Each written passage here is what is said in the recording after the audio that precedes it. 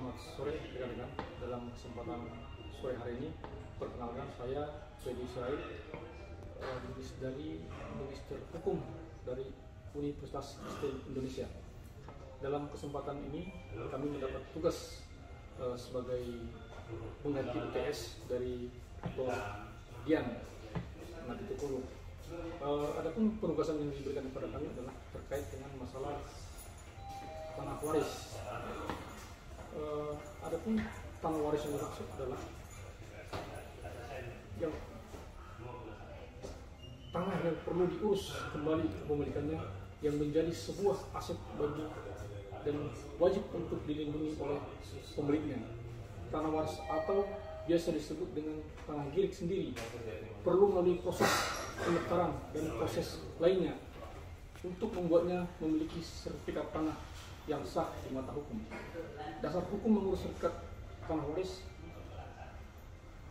dan mengurus pendaftaran untuk mendapat sertifikat tanah waris sendiri telah diatur oleh negara, di mana peraturan tersebut masuk dalam peraturan pemerintah nomor 24 tahun 1997 tentang pendaftaran tanah atau peraturan pemerintah nomor 24 tahun 1997, di mana dalam pasal tersebut dijelaskan jika pendaftaran tanah dalam hal ini baik, kami lanjutkan kembali. Dasar hukum pengurusan sertifikat tanah waris adalah mengurus pendaftaran untuk mendapat sertifikat tanah waris sendiri telah diatur oleh negara, di mana peraturan tersebut masuk dalam peraturan pemerintah nomor 24 tahun 1997 tentang pendaftaran tanah atau peraturan pemerintah nomor 24 tahun 1997, di mana di dalam pasal tersebut dijelaskan jika pendaftaran tanah dalam hal tanah warisan adalah proses yang dilakukan oleh pemerintah guna mengumpulkan dan membuktikan semua data fisik dan data yuridis dari para pemilik tanah, termasuk di dalamnya tanah girik. Tujuan mengurus sertifikat tanah waris adalah untuk mengurus sertifikat tanah sendiri memiliki beberapa tujuan, di mana dalam tujuan tersebut berguna untuk berbagai hal terhadap ahli waris. Berikut beberapa tujuan utama dalam mengurus sertifikat tanah warisan: memberi kepastian hukum terhadap ahli waris dengan dibuat dan diurusnya sertifikat tanah waris, maka ahli waris akan mendapatkan kepastian dan perlindungan hukum terhadap kepemilikan atas sebidang tanah tersebut. Perlu kami jelaskan di kesempatan ini, apabila masyarakat hendak mengurus sertifikat yang asal muasal tanahnya itu adalah berupa girik letter C atau surat dari keterangan desa. Oleh karenanya, dalam kesempatan ini kami menghimbau atau mengajak para warga masyarakat, ketika orang tua punya tanah, di mana orang tua tersebut memiliki 5 orang anak, berarti 5 orang anak ini merupakan waris dari keluarga tersebut tadi. Apabila si orang tua tadi ini meninggal dunia, baik itu suami ataupun istri, berarti ke-5 orang tersebut, anaknya tadi itu merupakan ahli waris. Dalam kesempatan ini, seandainya orang tua tersebut tadi memiliki sebidang tanah seluas katakanlah 1000 meter, di mana tanah 1000 meter tadi itu belum bersertifikat, sementara para ahli waris ini kesulitan bagaimana proses pendaftaran pembuatan sertifikat tersebut.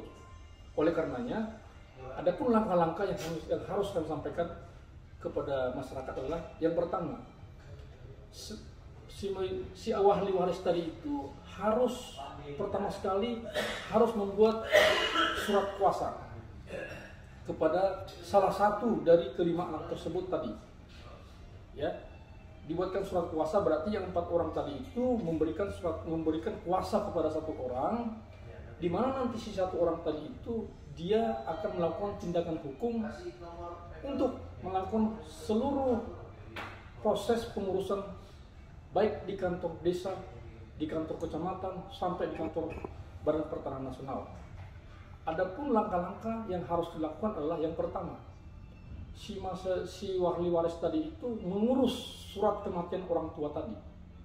Ketika surat kematian itu sudah ada, maka nanti itu didaftarkan atau dibawa ke kantor kecamatan ataupun ke kantor lurah untuk dijadikan alat ataupun nanti menjadi sebuah dokumen dalam proses pembuatan sertifikat. Adapun syarat-syarat lainnya